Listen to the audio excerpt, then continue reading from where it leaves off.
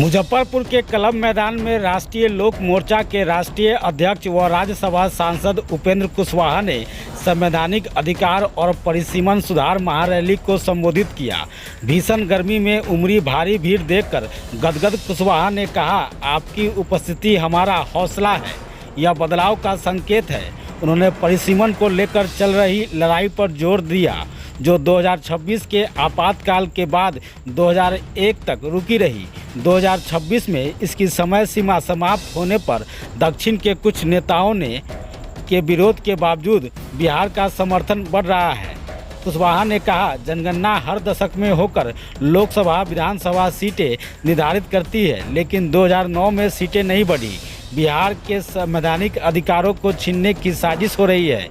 Seat बंटवारे की अफवाहों पर उन्होंने मीडिया को आड़े हाथों लिया और कहा, राजनीतिक दल ही ऐसे मुद्दों पर चर्चा करें। उन्होंने गांधी, बाबा साहेब अम्बेडकर और जेपी का उदाहरण देते हुए जनता के लिए संघर्ष को प्राथमिकता बताया।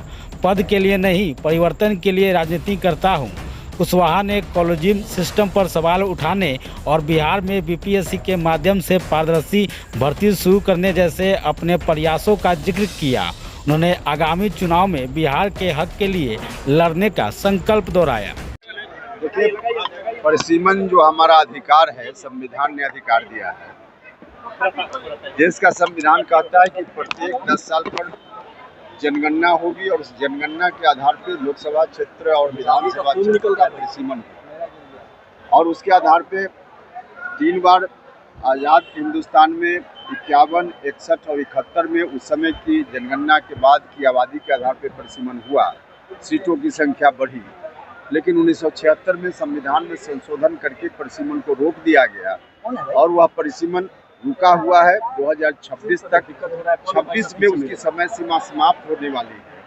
लेकिन दक्षिण के कुछ राज्य फिर से इस बात के विरोध में लग गए हैं, दबाव बनाने में लग गए हैं भारत की सरकार पर कि परिसीमन का काम आगे भी न हो। लेकिन इससे हम लोगों का बिहार के अगल बगल के राज्यों का बहुत ही नुकसान है। संविधान के अधिकार के हिसाब से अगर परिसीमन होगा तो बिहार में लोकसभा क्षेत्रों की संख्या आज की जनसंख्या के हिसाब से कम 40 की जगह 60 हो सकती है। लेकिन अगर नहीं परिसीमन हुआ तो नुकसान हमारा हो रहा है और आगे भी नुकसान होगा।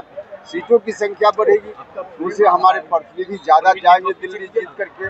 जो अनुसूचित जाति के लोग हैं उनकी संख्या, उसमें उनका प्रतिनिधित्व बढ़ेगा, महिलाओं का प्रतिनिधित्व बढ़ेगा।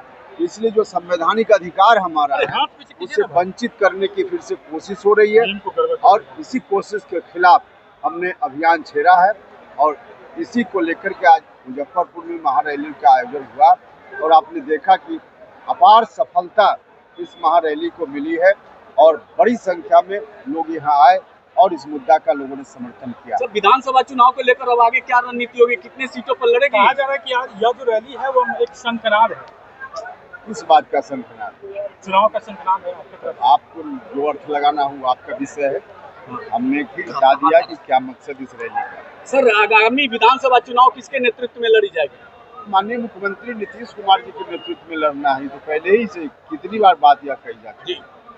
तो सीटों को लेकर सर क्या बार्गेनिंग है, कितना सीटों पर आपकी पार्टी दावा करेगी सर? अब कितनी सीटों पर हम दावा करेंगे, जहाँ दावा करना है वहाँ करेंगे ना।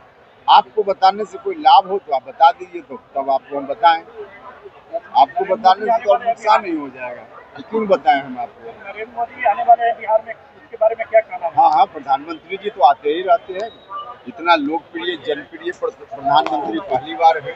वो दिल्ली में सिर्फ नहीं रहते, दिल्ली से योजना नहीं बनाते, जाते हैं लोगों के बीच, सब राज्य में जाते हैं। बिहार में अभी कुछ दिन पहले आए थे शाहबाद की धरती पर, उसके पहले मधुबनी आए, सिवान आने वाले हैं। तो बहुत ही अच्छा कार्यक्रम है, आना ही चाहिए उनको।